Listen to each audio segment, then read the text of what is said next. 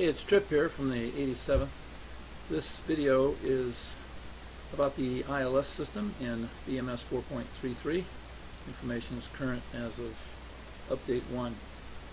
Right now we find ourselves on final approach. We've just intercepted the radial inbound, or the localizer, in this case inbound to the front course of the ILS to runway 19 at Seoul Air Base. Now this is part 2 of 2 videos. The first part concerns itself with how we get to this point. The instrument approach actually starts at an approach fix, the initial approach fix defined off the Seoul TACAN as a radial and DME, and then it arcs around on a 13 mile arc to this point as we roll out and intercept final inbound. So be sure to watch part 1 to understand how you got to this point in space. Alright, to talk about the ILS, we need to set it up first, and the way we do that is with the ICP button number 1, TACAN ILS page of the DED. We want to be sure that the TACAN is air to ground, and we have 46 dialed up. That's the Seoul TACAN, and the band is X-ray. So this is what we've been using to navigate on up until this point. Now we've switched over to the localizer. That's why we have the localizer and glide slope command bars in the HUD. The frequency for the ILS is 110.9 and the front course is 189. Now these numbers are on the instrument approach plate. You find that in the docs folder under your BMS directory. So follow along with that to understand where we are on this approach. Alright, so that's good. If the ILS is not on, we need to come down to the left side panel and turn it on with this rotary. Otherwise you're not going to get command bars down here or up here. Now this is kind of curious because we're within 18 miles, and that's generally when you'll get a reliable localizer signal. That's why the vertical localizer command bar is solid, as opposed to this horizontal dashed glide slope bar. That usually turns solid within about 10 miles or so, 7, 8, 10 miles, something like that. So we'll look for that to go solid to tell us that we are receiving a reliable signal. Well, if we don't have a reliable signal on the command bar up here, why do we have it down here? We also don't have any glide slope flag. So this is kind of curious why that command bar is in view. So when we take the airplane off of freeze in a little bit, we'll be completing our descent down to 2,800 feet. We have to stay level at 2,800 feet until we step down to the next lower altitude. At 10 miles, we can start down to 2,000 feet. And then the final approach fix is at 7 miles off the end of the runway, so 6 miles in front of us. And so at 2,000 feet, we just drive in level until we intercept the glide slope, until the glide slope command bar starts coming down here until it centers on the flight path marker. That tells us that we're on the glide slope. And at that point, we pick up a rate of descent that'll maintain the glide slope. Now, the beauty of this steering cue that you get when you're in command steering is that this steering cue will lead us onto the localizer as we make our turn from the arc onto the front course. And in addition, when we get a good signal from the glide slope, it will project a little white flag out the top to let you know that the signals are reliable and that it's giving you accurate commands to maneuver to keep the glide slope needle centered. Now if you ever see an X on the top of this little white bar that sticks out the top of this steering cue, that means you've gone either too high or too low on the glide slope. You're not following it, and it's giving up, so to speak. It's kind of throwing its hands up and saying, you know, if you're not going to follow me, then I quit. So you need to get back to the glide slope near the center position, somewhere probably between this tick mark and this tick mark on the vertical scale. Now, I always use command steering because it's a tool that's always available. It's never going to break. But if you didn't choose command steering, the way you turn it off is you put the asterisk around command steering and then hit the mode select ICP button. That takes away that steering cue. So that steering cue is not there, so you have to manually fly the airplane, figure out what heading you need to keep the localizer centered and what rate of descent you need to keep the glide slope centered.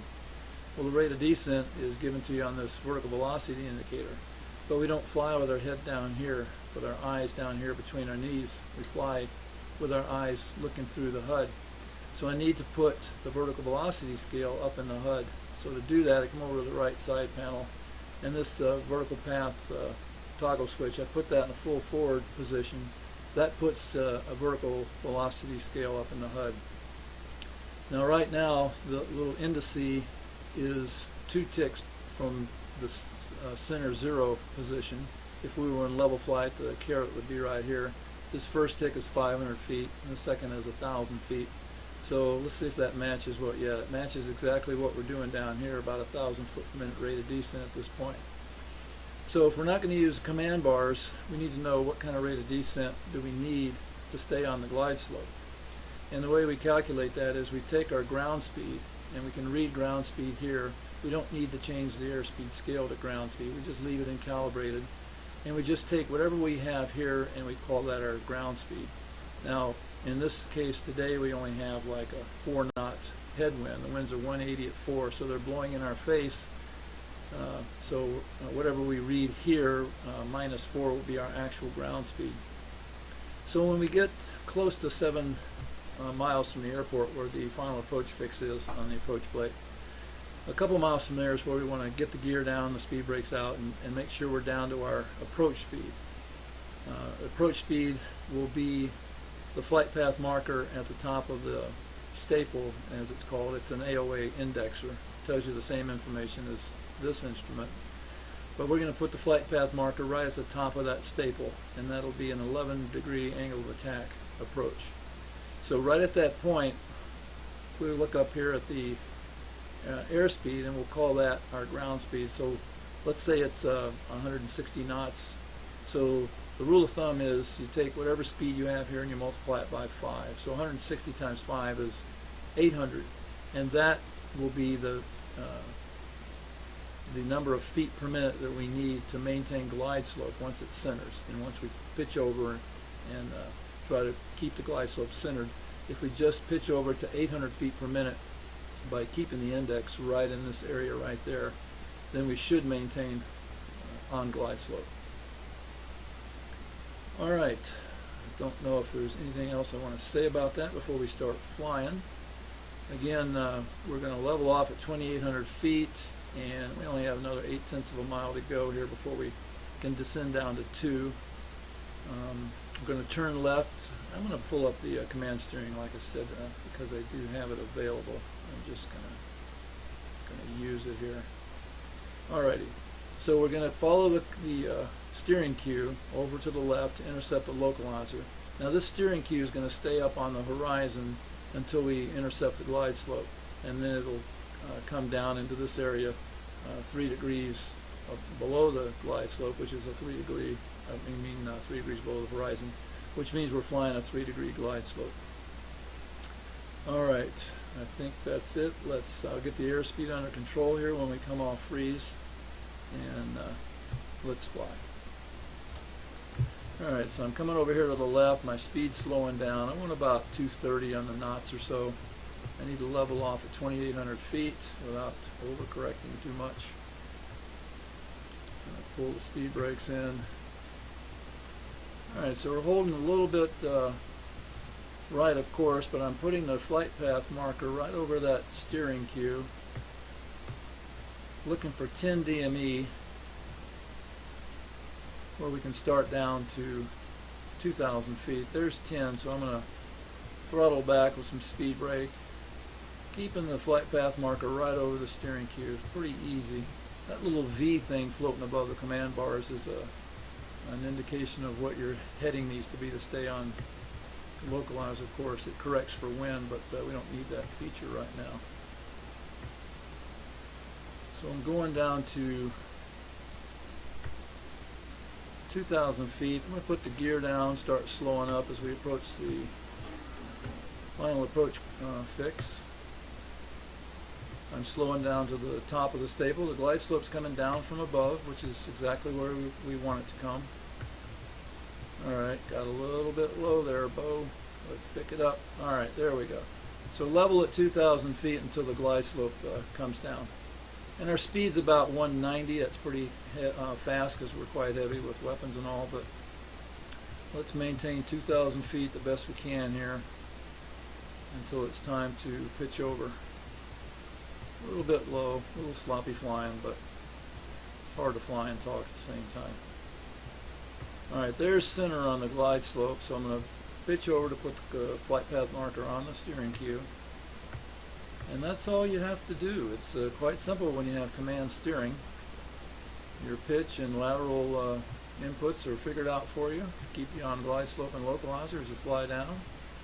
So what we're looking for now is we want 460 feet on the barometric altimeter. That's that point where we have to decide, can we see the runway? Again, today it's visual conditions, it's not a problem, but and when we get down to that point, 460 feet, I'm going to use the instrument mode selector to get rid of the command bars. Alright, looking pretty good. We're clear to land. Gears down, speed brakes are out. On speed, checks complete. Looking good. We're red over white on the VASI. Of course, we wouldn't see that if we were in the suit, but today we can. Now the needles get sensitive. The closer you get to the ground, the more sensitive they are in pitch and roll, so you can't be chasing them.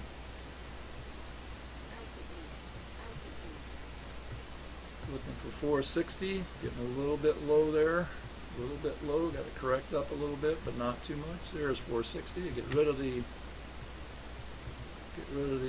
command bars. A little burp of turbulence there. It's looking good, looking long down the runway, and we're down.